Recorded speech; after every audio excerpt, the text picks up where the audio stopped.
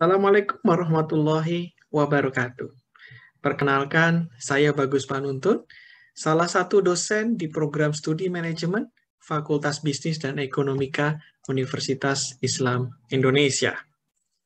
Pada kesempatan kali ini, saya akan menjelaskan salah satu mata kuliah yang saya ampu, yaitu mata kuliah perencanaan bisnis atau business plan.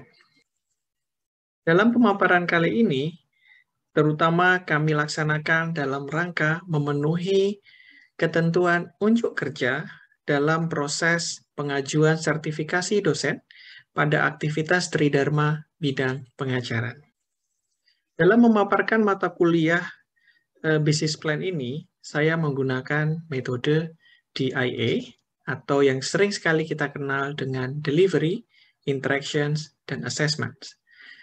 Dalam aspek delivery, saya akan memaparkan apa saja yang akan disampaikan kepada mahasiswa. Antara lain misalnya adalah capaian pembelajaran lulusan, kemudian capaian pembelajaran mata kuliah, dan juga penjelasan perihal mengenai buku ajar ataupun buku referensi dan sumber-sumber pembelajaran daring yang akan dibutuhkan oleh mahasiswa, sehingga proses delivery dari mata kuliah ini dapat berjalan dengan lancar. Kemudian yang kedua, yaitu aspek interactions. Dalam aspek interactions ini, saya akan memaparkan proses delivery akan menggunakan beberapa metode. Antara lain, metode student-centered learning, yang kemudian juga didukung dengan faktor teknologi yang memudahkan proses interaksi menjadi lebih maksimal. Dan yang terakhir, saya akan memaparkan aspek assessment, di mana nanti saya akan memaparkan bagaimana cara saya dalam melakukan proses penilaian di dalam mata kuliah ini. Sebelum lebih jauh masuk dalam penjelasan mengenai mata kuliah business plan dengan menggunakan metode atau aspek delivery, interactions, dan juga assessment, saya akan memaparkan terlebih dahulu perihal mengenai mata kuliah business plan ini. Apakah mata kuliah ini seperti apa dan gambarannya bagaimana?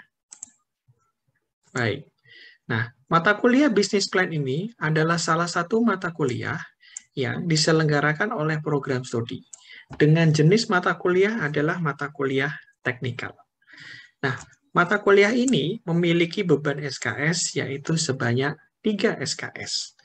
Dan mata kuliah ini memang didesain dengan metode blended learning dan juga memiliki prasyarat sebelumnya, yaitu lulus mata kuliah Business Budgeting.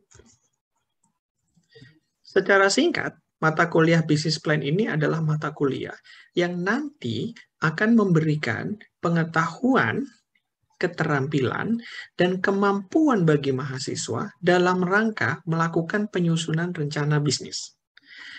Naskah Business Plan atau perencanaan bisnis adalah salah satu luaran dari mata kuliah ini, yang mana dokumen tersebut adalah dokumen yang sangat rinci yang nanti akan dijadikan sebagai pedoman atau guidance dalam mendirikan, menjalankan, dan mengimplementasi bisnis.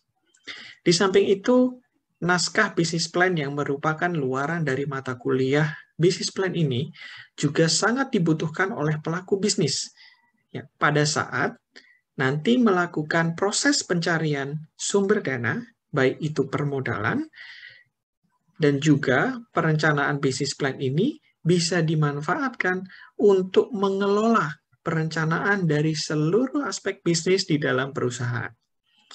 Misalnya, dalam rangka mengelola aspek operasional atau aspek teknis, aspek pasar atau pemasaran, aspek organisasi ataupun SDM, dan juga aspek keuangan. Sehingga mata kuliah ini sangat memerlukan pengasahan kemampuan dari mahasiswa agar mereka dapat mengkomunikasikan idenya ke dalam sebuah perencanaan bisnis ke pihak lain. Ya, yang ini merupakan luaran akhir atau salah satu dari kegiatan di dalam mata kuliah ini. Dan mata kuliah Business Plan ini merupakan sebagai mata kuliah puncak atau capstone course yang mana mata kuliah ini akan menggunakan dan memanfaatkan pengetahuan atau konsep dari mata kuliah sebelumnya yang telah diambil oleh mahasiswa. Antara lain, mata kuliah fungsional seperti manajemen operasi, manajemen pemasaran, manajemen sumber daya manusia, manajemen keuangan, dan mata kuliah studi kelayakan bisnis. Dalam aspek delivery dari mata kuliah ini, maka ada beberapa capaian pembelajaran lulusan yang akan dituju dari proses pembelajaran ini. Mulai dari aspek sikap, S1, S8, dan S9, kemudian aspek pengetahuan, yaitu PP1, PP2, kemudian aspek keterampilan umum, yaitu K1, K2, K4, dan aspek keterampilan khusus, K1 dan K5. Dengan beberapa penjelasan dari rumusan CPL seperti yang tampil di layar. Selain dari capaian pembelajaran lulusan yang ada pada slide sebelumnya, ada capaian pembelajaran mata kuliah yang akan ditempuh dari mata kuliah ini, yang nanti akan terbagi menjadi 3, yang mana CPMK 01, yaitu berupa kemampuan untuk mengidentifikasi dan memilih peluang bisnis, serta mengukur kemampuan diri ataupun perusahaan secara bertanggung jawab. Dengan beberapa metode assessment yang telah disiapkan pada CPMK 01. Kemudian yang pada CPMK 02, yaitu memiliki kemampuan untuk menyusun model bisnis yang berkeunggulan dengan tetap merefleksikan nilai-nilai Islam. Dan yang ketiga adalah kemampuan untuk menyusun dokumen bisnis plan serta mengkomunikasikan secara efektif dan efisien sesuai dengan kaidah umum.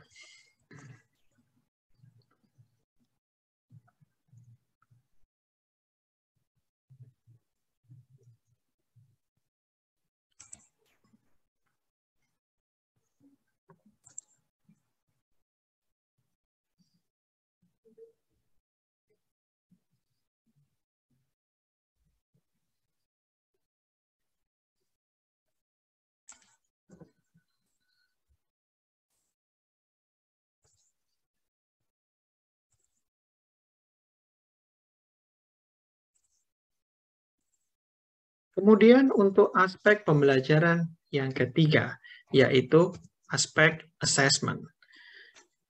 Pada aspek assessment ini, biasanya saya akan menyampaikan kontrak belajar pada awal kuliah, sehingga mahasiswa dapat melakukan perencanaan selama proses perkuliahan dan juga melakukan resource alokasi agar mereka dapat mengoptimalkan setiap penugasan dan juga setiap aktivitas yang ada di perkuliahan.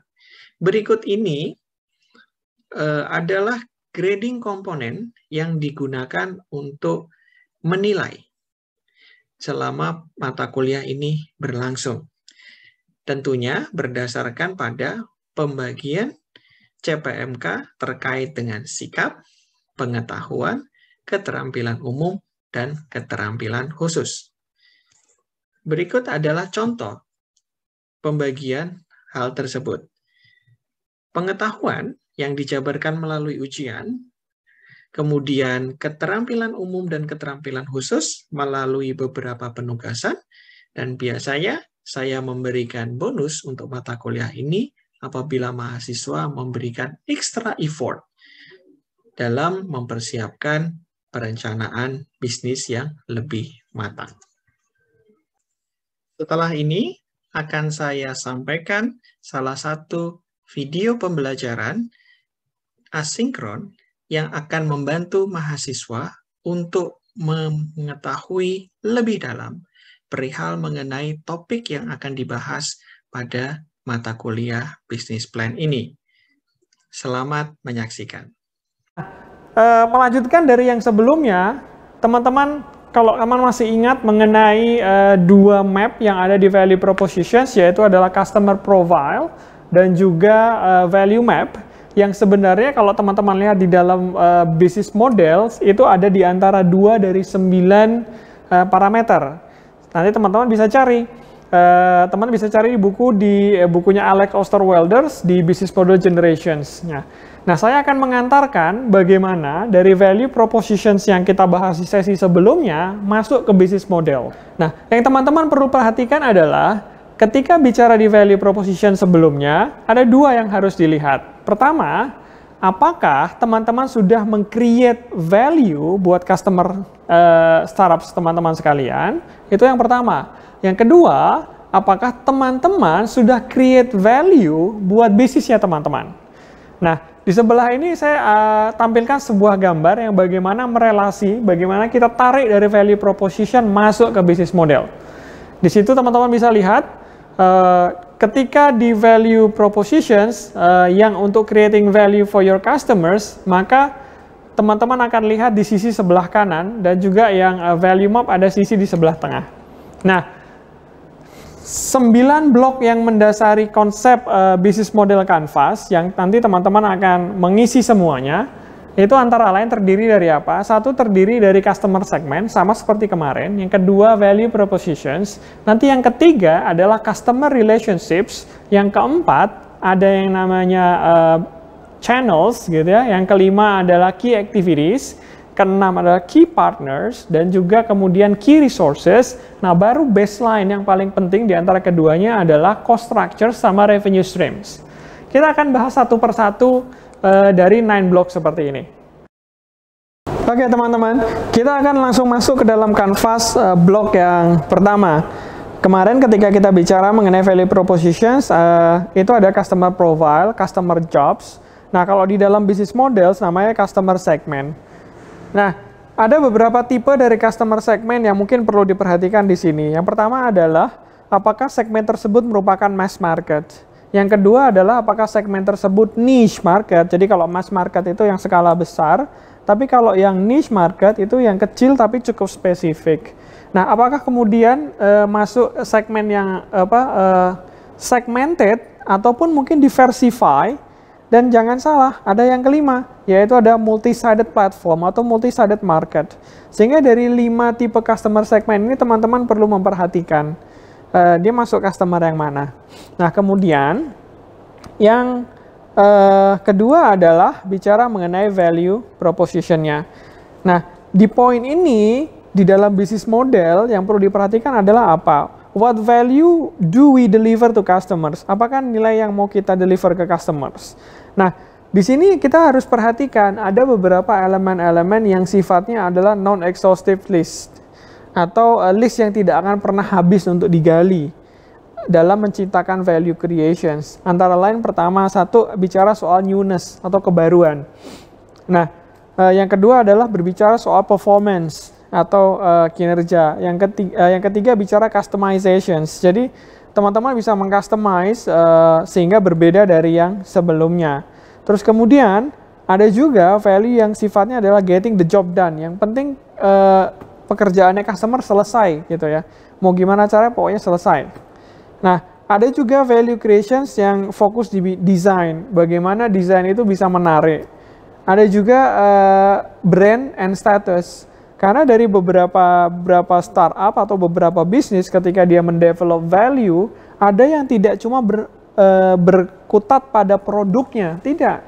Tapi justru berkutat pada bagaimana mengembangkan brand dan status kalau beli barang ini, gitu. Dan itu bisa menjadi value yang pembeda. Nah, terus kemudian yang paling umum adalah soal price.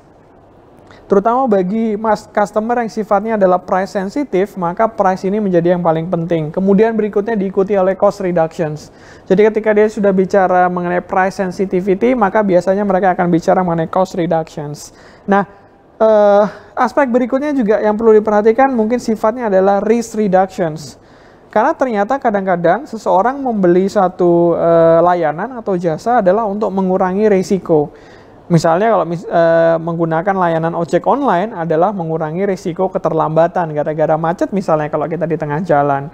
Nah, mengurangi risiko juga termasuk value propositions. Nah, terus kemudian ada yang namanya accessibility. Seberapa teman-teman mampu menjangkau seluruh segmen customer yang ada. Dan terakhir adalah convenience atau usability. Sehingga ketika bicara di value propositions, 11 parameter ini bisa teman-teman gali terus gitu ya. Gali terus untuk menciptakan value propositions yang tepat buat membantu customernya. Nah, selain itu kemudian kita masuk ke bagaimana channel. Nah, channel ini sendiri, ini adalah bagaimana sebuah perusahaan berkomunikasi dengan customernya dalam mendeliver value. Nah, yang perlu diperhatikan, ternyata channel itu memiliki beberapa fase. Ada 5 fase yang ada dalam proses channel tersebut. Pertama adalah bagaimana awareness. Terus yang kedua adalah evaluation, ketiga purchase, keempat delivery, baru after sales. Nah, itu urutan dari hulu sampai ke hilir. Nah, sedangkan untuk tipe-tipe channelnya sendiri, itu ada 2 kategori, teman-teman. Kategori pertama adalah kategori channel yang dimiliki sendiri oleh startups atau teman-teman. Ada yang harus berpartner atau bermitra dengan perusahaan lain karena teman-teman tidak miliki channel tersebut. Nah, sehingga dari 2 tipe ini ada yang sifatnya direct dan ada yang sifatnya indirect. Nanti teman-teman bisa gali, teman-teman akan masuk atau menggunakan jalur distribusi yang mana yang paling tepat untuk mendeliver value tersebut. Berikutnya adalah customer relationships. Nah, hal ini akan menjadi satu poin kritikal, yaitu adalah bagaimana tipe relationship yang teman-teman akan bangun kepada customer. Jadi selain di value proposition teman-teman sudah menyiapkan the best value for customers, tapi teman-teman harus memikirkan gimana caranya untuk memaintainnya. Bagi beberapa perusahaan ada beberapa cara yang bisa dibangun. Pertama adalah bagaimana membangun yang namanya personal assistance. Jadi ada bisnis-bisnis yang benar-benar dia itu service level agreement-nya terhadap customers itu tinggi sekali sampai harus menyediakan personal assistance atau asisten pribadi seperti itu gitu. Nah, terus kemudian yang kedua ada yang kemudian dedicated personal assistance. Nah, ada juga nanti yang sifatnya self-service. Nah, self-service biasanya akan berlaku pada masyarakat atau customer yang sudah cukup mandiri, mereka bisa lakukan dengan self-service. Zaman teknologi digital ada yang keempat namanya automated services. Nah, automated services akan sangat berpengaruh apabila startup atau bisnis teman-teman itu adalah yang padat teknologi atau boleh dibilang menggunakan teknologi-teknologi untuk membangun relationships dengan customers. Nah, yang terakhir adalah communities dan co-creations. Nah, bagi yang bisnisnya melibatkan satu niche market tertentu, maka communities akan sangat berpengaruh bagaimana membangun komunitas-komunitas yang mensupport dari produk atau layanan tersebut.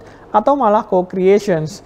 Jadi antara startups dengan pebisnis maka akan bekerja sama untuk menciptakan value. Biasanya itu dimunculkan dari adanya feedback-feedback yang selalu digali oleh startups yang feedbacknya dikeluarkan oleh customers. Nah, setelah tadi kita bicara mengenai customer segments, terus kemudian setelah mengenali customernya, kita harus memastikan value yang kita deliver adalah value yang benar-benar cocok sesuai dengan customer segment kita. Nah, kemudian setelah kita temukan value yang cocok dengan customer, maka teman-teman harus memikirkan bagaimana cara mendelivernya, mikirin channelnya seperti apa. Nah, kalau channelnya sudah kepikiran, maka yang teman-teman pikirkan adalah bagaimana cara maintain. Jadi nggak cuma sekedar penetrasi terus ketemu dengan klien, tapi di-maintain terus-menerus. Itu customer relationships. Ujung-ujungnya dari sekian parameter itu adalah soal revenue streams. Karena kembali ke awal, jadi apakah value propositions itu bisa create value buat customers? Nah, revenue stream ini adalah apakah value tersebut bisa bermanfaat atau create value buat bisnis. Nah, ketika kita bicara di revenue streams, begitu banyak startups yang boleh dibilang memiliki fokus atau target yang berbeda-beda gitu. Ada yang dia fokusnya dalam menciptakan revenue antara lain menggunakan konsep asset sale atau penjualan aset. Nah, terus kemudian ada juga yang dia berdasarkan usage fee atau boleh dibilang biaya pemakaian, biaya penggunaan. Jadi kalau menggunakan layanan ini ada yang namanya usage fee atau ada yang namanya subscription fee atau biaya berlangganan. Nah, biasanya yang sifatnya usage fee, subscription fee, dan nanti ada namanya renting fee, itu untuk yang startup digital. Tapi untuk yang lainnya, itu ada yang sifatnya brokerage fee, dan bahkan ada pemasukan yang kadang-kadang bagi startup baru ini belum cukup esensial, namanya advertising. Tapi bagi startup yang sudah mulai running, ya, sudah mulai traction-nya banyak atau jumlah user penggunanya mulai banyak, maka sudah mulai terbuka pada opportunity advertising atau iklan, sehingga teman-teman bisa dapat revenue juga dari situ.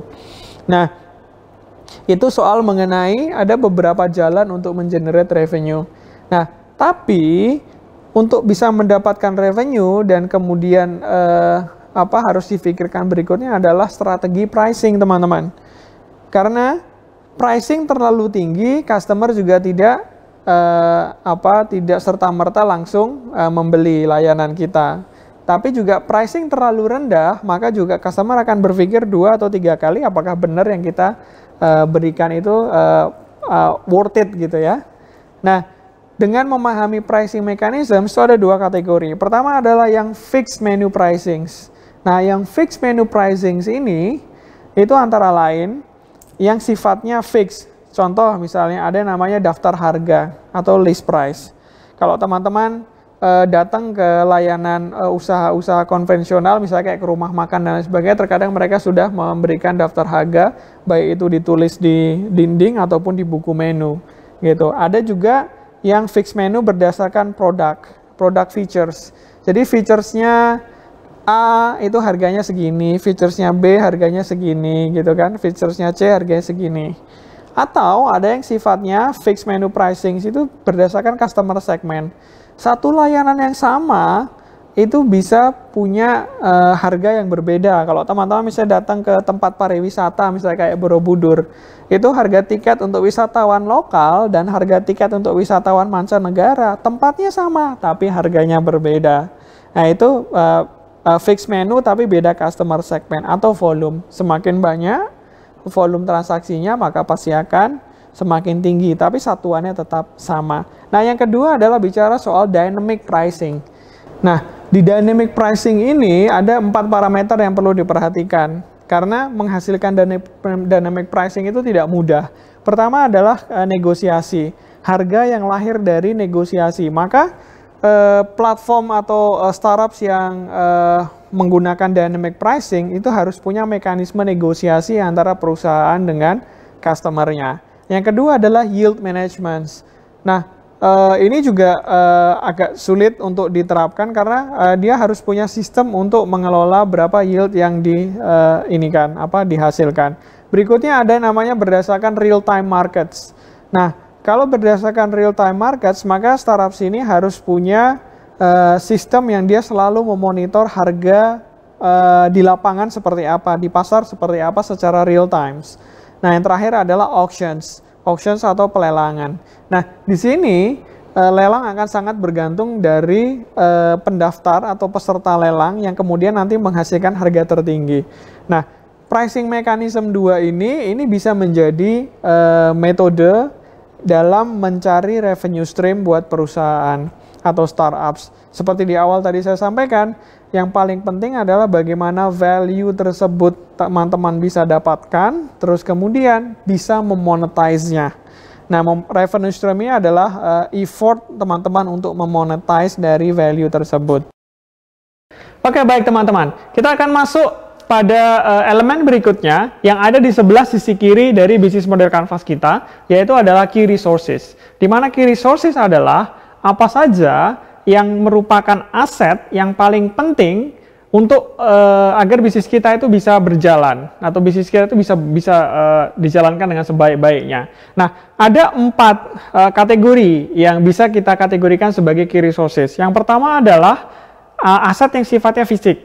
gitu ya. Yang kedua adalah aset yang sifatnya intelektual atau aset intelektual. Yang ketiga adalah aset yang sifatnya human atau SDM, ataupun juga aset yang sifatnya finansial. Jadi dari 4 aset ini bisa kita kategorikan sebagai tulang punggung dari key resources bisnis kita. Nah, kemudian yang berikutnya teman-teman, ada yang namanya key activities. Nah, di key activities adalah hal-hal yang paling penting bagi sebuah perusahaan yang harus lakukan. Jadi, aktivitas utama dalam perusahaan kita itu apa? Nah, di bagian kelompok ini, itu bisa dikategorikan dalam 3 activity utama. Activity pertama adalah activity productions, activity yang kedua adalah activity problem solving, activity ketiga adalah activity platform atau network.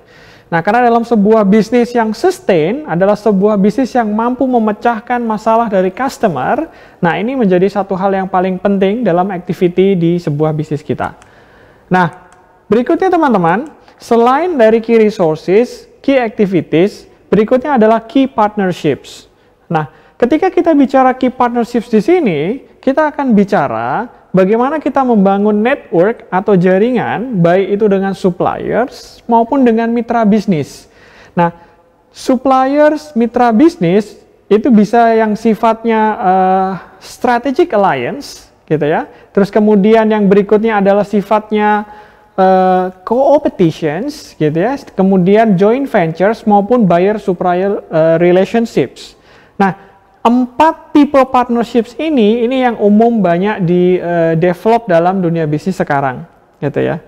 Nah, selain bicara tipe mengenai partnerships, kita juga mungkin perlu membahas mengenai apa sih motivasi kita pengen berpartner, gitu ya. Karena zaman sekarang sudah eranya kolaborasi, maka tadi di depan saya sampaikan co-opetitions, bukan competitions, gitu ya. Nah, maka motif dalam berpartner ini juga perlu untuk jadi pertimbangan ketika teman-teman membangun bisnis model. Paling tidak, itu ada tiga motivasi teman-teman untuk membangun partnerships dengan mitra bisnis. Yang pertama adalah soal mengoptimasi, mengoptimize dan juga membangun economic of scales, gitu ya. Yang kemudian kedua adalah soal bagaimana upaya untuk mengurangi risiko, gitu ya, dan juga ketidakpastian. Jadi kalau semua dihandle sendiri, maka risiko akan ditanggung sendiri. Tapi apabila bisa berpartner dengan mitra yang punya core kompetensi yang solid di situ, maka risiko dari yang kita tidak mampu itu bisa dihadapi oleh yang punya core kompetensi. Terus yang motif ketiga adalah apa? Motif ketiga adalah mengakuisisi sebagian resources ataupun activity. Karena kita tidak bisa menghandle semua activity, gitu ya. Tapi kita bisa juga ingin mengakuisisi satu bagian saja, gitu. Nah, sehingga itu menjadi bagian yang melengkapi dari bisnis proses kita yang di-provide oleh partners kita.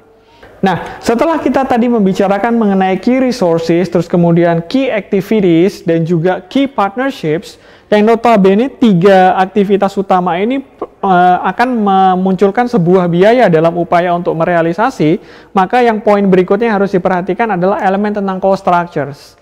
Nah, di cost structures ini, gitu ya, yang perlu diperhatikan tuh ada 2 tipe cost, teman-teman. Cost yang pertama adalah yang sifatnya cost driven, ya, yang muncul karena karena aktivitas itu menimbulkan biaya, tapi ada juga yang sifatnya value driven. Jadi biaya ini muncul karena kita ingin memberikan value dengan tingkat tertentu. Ada istilah value for money. Jadi kalau mau value-nya tinggi, maka biasanya juga biayanya tinggi, gitu. Nah, itu contoh value of driven. Nah, tapi ada karakteristik yang perlu difahami.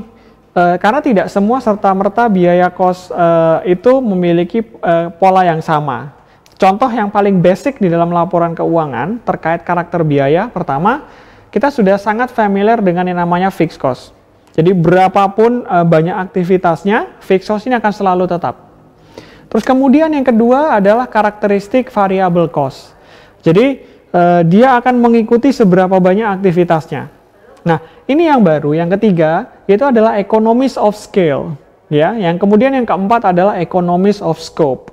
Nah, ini akan berbeda sekali dengan fixed dan variable cost. Nah, itu perlu diperhatikan, teman-teman. Ya, Jadi Karakos ini akan muncul di depan dan juga yang nomor 3 dan 4 ini akan menjadi strategi teman-teman. Nah, setelah bicara mengenai cost structures, saya akan memberikan sebuah gambaran bagaimana contoh menganalisa dari bisnis model Canvas pada satu profesi yang kebetulan saya punya satu cuplikan dari salah satu beauty vlogger. Nah, silakan teman-teman untuk menyaksikan berikut ini. Oke, gimana teman-teman? Setelah melihat salah satu video dari beauty vlogger, ini adalah salah satu beauty vlogger yang cukup populer gitu ya, dengan jutaan follower. Nah, kalau kita mau coba bedah bagaimana sebenarnya bisnis model kanvasnya beliau, karena beliau ini juga berbisnis dari profesinya sebagai vlogger.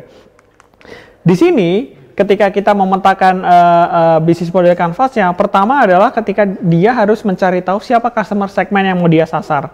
Nah, karena dia vlogger, maka yang mau disasar adalah para ladies gitu ya, yang penyuka key style gitu ya. Umumnya key style, karena dia sendiri ladies, dia akan mencontohkan tutorial juga kepada ladies gitu. Terus kemudian yang berikutnya adalah apa sih value proposition yang bisa dia deliver.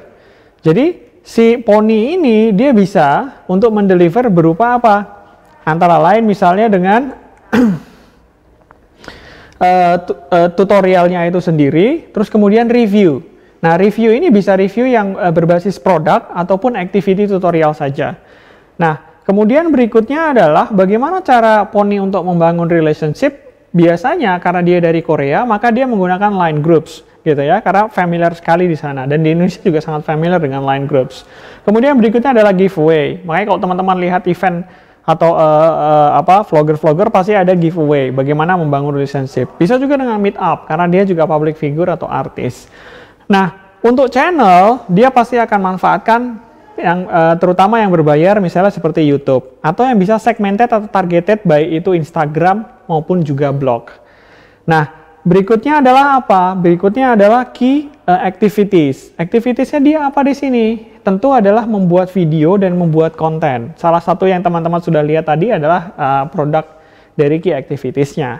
Terus kemudian berikutnya adalah activities berikutnya adalah following the trend. Jadi kalau misalnya ada yang lagi viral gitu ya, ada yang lagi menjadi trending topics di dunia kecantikan, dia langsung mempraktekkan tutorialnya. Nah, itu juga sangat penting sekali. Nah, kemudian untuk key resources, nah ini apa saja yang harus dimiliki. Nah, kalau dia boleh dibilang vlogger mandiri, pasti dia akan butuh kamera, lighting gitu ya. Tapi kalau dia sudah vlogger profesional seperti Pony, itu nanti akan butuh make up, wardrobes, dan juga peralatan-peralatan pendukung kayak fashion collection dan lain sebagainya gitu. Nah, terus kemudian dia harus berpartner sama siapa? Dia pasti akan berpartner dengan beauty community. Karena di dunia kecantikan itu juga ada yang segmen-segmen tertentu, ada komunitas-komunitas tertentu. Misalnya kalau di Indonesia ada komunitas hijaber, ada komunitas yang key styler, atau mungkin ada komunitas-komunitas yang style Harajuku gitu ya, atau waifu. Itu penting gitu bagi vlogger. Nah, setelah key partners, nah maka harus dihitung semuanya, cost structure-nya bagaimana gitu ya. Habis itu baru dia mikirin gimana caranya supaya bisa dapat revenue stream. Sekarang ini yang paling penting. Contoh misalnya, karena dia menggunakan platform YouTube, dia bisa dapat YouTube Ads di situ. Semakin banyak produk yang dia endorse di dalam tutorialnya, maka akan semakin banyak juga prinsipal atau pemegang merek yang kemudian bersedia beriklan di situ, baik secara digital lewat YouTube ataupun karena produknya digunakan. Nah, ini sekedar contoh bagaimana bisnis model bagi seorang beauty vlogger, teman-teman. Kira-kira dia bisa punya pendapatan lain nggak selain dia dapat dari YouTube Ads maupun dari endorsement fee? Bisa. Kalau misalnya si Pony ini cukup produktif gitu ya, karena banyak vlogger-vlogger itu juga kemudian mencoba punya revenue lain. Contoh misalnya, bikin buku atau album-album gitu ya, seputar tentang kecantikan tertentu. Misalnya kalau Pony ya key beauty gitu. Atau misalnya kalau yang hijaber bikin buku seputar bagaimana berias, itu bisa. Atau dia juga punya online shop. Jadi selain dia sebagai public figure, dia juga berdagang, buka online shop. atau bahkan kalau dia bisa buka online shop, dia punya brand fashion sendiri.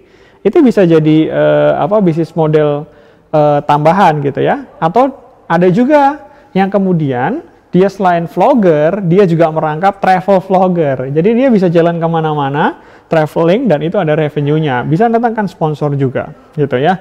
Nah, ini beberapa contoh bagaimana seorang beauty vlogger bisa mengextend value propositions-nya, dan juga yang pasti apa? Bisa ada new revenue streams lagi yang bisa di-develop dari activity-nya, gitu. Nah, oke. Berikutnya teman-teman, kita akan bicara mengenai pola bisnis model gitu ya. Kalau tadi kita bicara satu kanvas gitu. Satu kanvas adalah gambaran dari satu waktu. Nah, sekarang kita akan bicara mengenai pola. Nah, pola ini yang merupakan hal yang penting ketika kita mau mulai menerapkan sebuah bisnis yang terdiri dari berbagai macam bisnis model atau udah mulai complicated di situ. Nah, ketika kita bicara mengenai pola dari model bisnis, minimal ada 5 pola yang dikenal saat ini dan juga banyak dipakai oleh startup maupun juga perusahaan-perusahaan yang saat ini. Antara lain pertama adalah bagaimana unbundling bisnis model. Jadi, biasanya kalau dulu perusahaan itu mencoba untuk menguasai dari hulu sampai hilir. Terus kemudian sehingga membuat banyak sekali produk dan portofolio di situ. Tapi yang dilakukan di sini adalah dipecah satu persatu, teman-teman. Di unbundling, dilepas, sehingga ada fokus bisnis model yang A, B, C, dan D. Nah, pola bisnis model yang kedua adalah the long tail. Nah, kenapa the long tail? Karena mungkin ilustrasinya mirip kayak bentuk dinosaurus gitu ya. Ada kepala, terus kemudian ada badan, ada buntut. Nah, karena buntutnya panjang, nah fokusnya justru bukan di buntut, tapi fokusnya hanya ada di kepala yang depan, yaitu yang 20% dari panjangnya badan ini. Nah, di mana dia hanya akan fokus pada yang paling profitable saja. Nah, yang lainnya bisa dilepaskan. Itu the long tails. Nah, yang berikutnya adalah multi-sided platform, teman-teman. Nah, multi-sided platform ini seperti kepanjangannya bahwa dia itu multi-side. Jadi dimungkinkan ada beberapa platform itu dikombinasi secara bersamaan. Nah, pola bisnis model yang keempat adalah free as a business model. Nah, di dunia digital ini paling sering sekali untuk dipraktekkan. Maka ada istilah namanya freemium biasanya. Jadi sebenarnya aplikasi itu ketika di launching pertama kali itu free, tapi kemudian setelah masuk ke pasar dan juga customer merasa puas dengan layanan tersebut, kalau mau upgrade maka ada premium di belakangnya atau ada biaya yang harus dibayar untuk masuk pada tahapan berikutnya.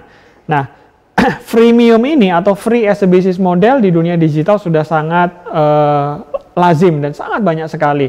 Nah, plus juga ketika di dunia digital ada bisnis model yang kelima, yaitu adalah open as a business models. Jadi sesuai dengan katanya open. Jadi dalam proses mendevelop sistemnya maupun mendevelop bisnis modelnya itu sangat terbuka dari semua pihak untuk memberikan kontribusi sehingga menghasilkan produk jadi. Mungkin kalau ada istilah yang mengatakan co-creations gitu ya. Nah, itu juga memungkinkan terjadi karena open bisnis modelnya. Nah, 5 bisnis model ini yang sangat sering digunakan oleh startup saat ini. Nah, yang jadi pertanyaan adalah bisnis teman-teman akan menggunakan pola bisnis model yang mana? Itu yang paling penting. Teman-teman harus menentukan sejak dini sehingga nanti pada saat mengupayakan proses launch-nya atau penetrasinya itu bisa menjadi lebih lancar pada saat masuk ke market. Ini yang paling penting, teman-teman. Saat ini kita juga sekarang sudah masuk di era COVID, sehingga ketika kita bicara bisnis model, banyak perusahaan-perusahaan yang harus berpikir gitu ya, berpikir kembali mengenai bisnis model. Kenapa? Karena bisnis model is a living strategy. Bahkan bagi perusahaan yang unicorn sekalipun, ketika COVID mendera, maka dia juga terkena impact yang cukup besar. Contoh, saya berikan beberapa informasi yang dipublikasi, baik dari Asian Review, dari Nikkei. Contoh misalnya, di sini ada Gojek. Gojek yang sampai kemudian meng-cut off sekitar 9% atau hampir 10% dari biaya manpowernya. Terus kemudian seperti Grab yang dia harus meng-cut off 5% dari global jobs-nya. Dan kemudian ada lagi unicorn Indonesia yang berimpact misalnya di Traveloka. Traveloka juga sama. Bukalapak juga harus melakukan activity downsizing juga, gitu ya.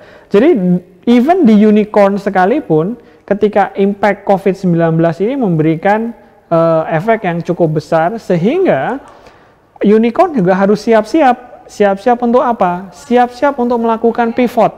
Kalau seandainya dia tidak bisa untuk sustain, gitu ya. Nah, teman-teman yang sekarang punya startup juga harus memaintain cash flow dan runway-nya, gitu. Kalau tidak mampu, contoh misalnya di sini, misal Oyo.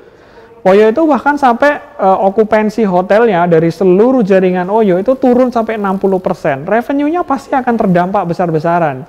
Nah, sehingga Oyo pun sampai akan merubah strategi bisnisnya, gitu. Nah, ini yang perlu disiapkan juga bagi teman-teman startup. Apabila terdampak dengan COVID, siapkan strategi pivotnya, gitu ya. Nah, ada beberapa strategi yang mungkin bisa di-create ulang, gitu ya. Nah, silahkan teman-teman beserta tim untuk mendiskusikan gimana caranya membuat strategi yang bisnis bisa tetap survive di era COVID. Oke, baik. Nah, terakhir adalah tugas buat teman-teman. Tugasnya simple.